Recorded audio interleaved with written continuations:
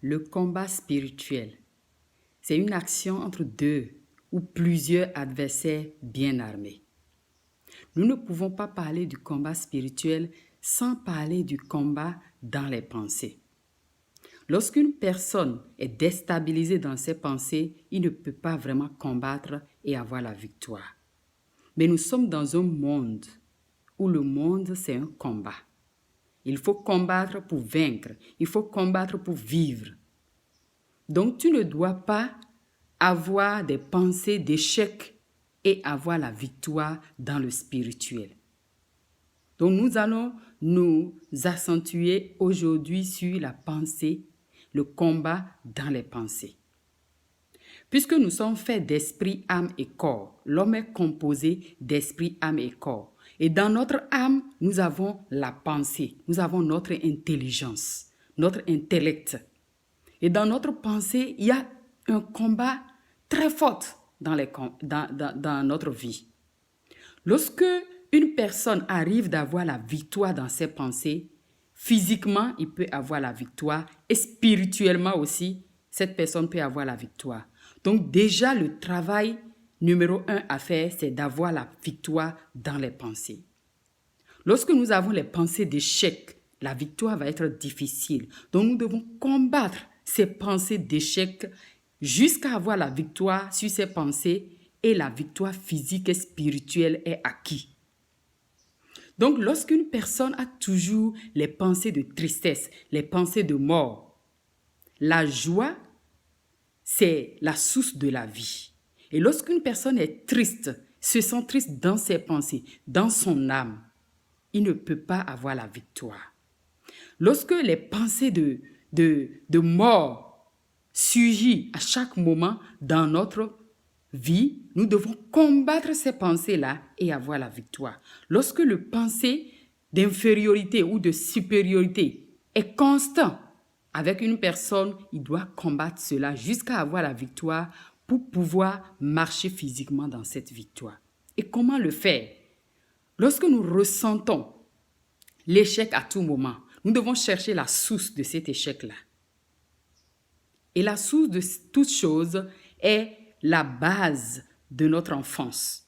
Lorsque nous avons reçu seulement des paroles mauvaises dans notre enfance, des paroles décourageantes, de tu ne peux rien faire, tu ne peux pas y arriver, nous aurons toujours les pensées d'échec. Et ces pensées-là nous amènent à ne pas avoir une pensée positive sur chaque action, sur chaque activité que nous menons dans la vie. Et cela produit l'échec. Et on pense que oui, il y a une personne qui me combat, mais la victoire que tu dois avoir pour avancer dans les activités, pour avancer dans ta vie physique, c'est de chercher à combattre cette pensée-là qui est née en toi depuis l'enfance à la base de ces paroles décourageantes, de ces paroles de mépris que tu as reçues depuis l'enfance. Donc, nous devons inviter Dieu dans la racine de ces paroles décourageantes depuis l'enfance qui maintenant nous perturbent dans nos pensées et qui nous amènent toujours à penser négativement. Oui, tu ne peux pas y arriver, tu ne peux pas y arriver. Tu ne peux pas avoir la victoire parce que tu es inférieur, parce que tu es lâche, parce que tu n'es pas une personne qui est bien. Donc, toutes ces paroles accumulées dans la vie d'une personne peuvent lui donner des pensées d'échec. Et pour combattre cela, nous avons besoin de la Bible, nous avons besoin de Jésus, nous avons besoin de la parole de Jésus qui nous dit que tu peux tout faire par celui qui te fortifie. Donc tu dois chercher à savoir qui te fortifie, qui est en toi. Celui qui est en toi est plus fort que celui qui est dans le monde. Celui qui est en toi est plus fort que ces pensées qui t'assèlent négativement. Donc nous devons chercher à vivre constamment dans la parole de Dieu. Lorsque nous sommes menacés dans nos pensées par une pensée mauvaise qui nous dit que tu es vilaine, tu n'es pas beau. La Bible nous dit que nous sommes créés à l'image de Dieu et nous sommes une créature merveilleuse de Dieu. Donc lorsqu'une personne a reçu des insultes seulement dans son enfance, la personne peut vivre constamment dans ses pensées qu'il n'est pas joli, qu'il n'est pas beau, qu'il n'est pas belle. Donc, pour vaincre cela, tu as besoin de comprendre qu'est-ce que Dieu dit de toi. Lorsque tu comprends profondément ce que Dieu dit de toi, tu pourras avoir la victoire sur ces pensées de mépris de soi. La Bible nous dit que Dieu pardonne nos péchés et il oublie nos péchés. Et lorsque nous avons vécu dans notre enfance, dans un milieu, dans une famille, dans un endroit où on nous rappelle toujours nos erreurs, où nous n'avons pas reçu véritablement le pardon de nos erreurs, nous avons tendance à comparer Dieu à nos pères terrestres, à nos parents terrestres. Et cela amène beaucoup de personnes à vivre dans la culpabilité. Mais nous devons nous approcher de la parole de Dieu qui dit que Dieu pardonne nos péchés et il oublie. Et lorsque nous confessons nos péchés, il est juste et bon pour nous pardonner nos péchés. Et lorsque tu vis dans la culpabilité, il faut chercher la racine de ces culpabilités-là. Est-ce que dans le passé, un parent ou une personne n'a jamais accordé le pardon à tes erreurs? Donc, tu dois chercher la source de cela. Et lorsque tu arrives de comprendre qu'est-ce qui est le problème et que tu l'amènes dans la prière, à la croix, dans la présence de Jésus, tu pourras trouver la guérison qui convient à la culpabilité et te sentir pardonné par Dieu et les autres.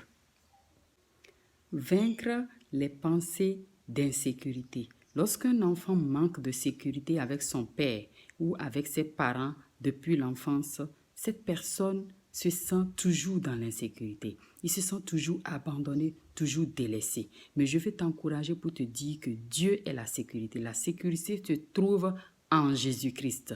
Et tu dois combattre ces pensées-là dans la prière et demander à Jésus et inviter la présence de Jésus dans toutes ces pensées. Tu n'es pas un échec. Si tu as reçu des paroles d'échec depuis l'enfance et tu as des pensées d'échec, tu dois combattre ces pensées-là tout en sachant que Dieu n'est pas comme les hommes.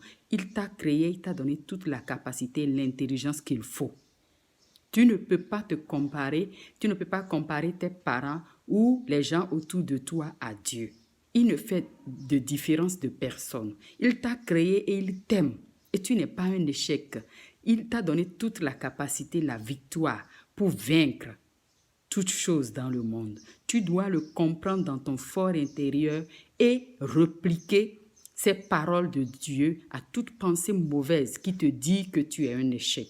Lorsque tu arrives de le répéter, de le proclamer à tout moment, tu pourras avoir la victoire par le nom de Jésus sur ces mauvaises pensées. C'est comme ça que tu peux combattre les mauvaises pensées et pouvoir rentrer dans ta destinée. Parce que l'ennemi nous combat dans les pensées. Et ce qu'il veut, c'est que tu sois découragé tout en sachant que tu es nul, tu es un échec dans la vie, alors que Dieu a mis des potentiels en toi. Même si les autres ne voient pas ces potentiels, que toi-même tu ne vois pas tes potentiels, je veux te dire que Dieu ne fait exception de personne. Il ne fait pas de différence. Il t'a créé unique. La façon dont nos empreintes sont différentes, c'est comme ça que tu es unique et Dieu t'a donné toute la victoire, la capacité et tu as ta place. Dieu t'aime tel qu'il t'a créé, il t'aime tel que tu es. Et je veux t'encourager à te lever contre toute forme de pensée qui va vouloir te dire le contraire, tu les rejettes au nom de Jésus. La repentance, c'est pour les vivants. Lorsque nous confessons nos péchés, Dieu nous pardonne nos péchés. La Bible dit que le sang de Jésus lave nos péchés. Et à chaque fois que nous confessons nos péchés, Dieu nous pardonne et il oublie nos péchés. Et tu n'as plus le droit de vivre dans les pensées de culpabilité. Rejette ces pensées-là, combat-les en les déclarant que Christ, Jésus, par son sang, t'a pardonné et Dieu a oublié tes péchés. À chaque fois que tu viens devant le trône de Dieu de tout ton cœur et tu confesses tes péchés, rappelle à ces pensées accusateurs de culpabilité que tu as été pardonné. Partagez cette vidéo, abonnez-vous et que Dieu nous donne la grâce de faire le bon combat spirituel.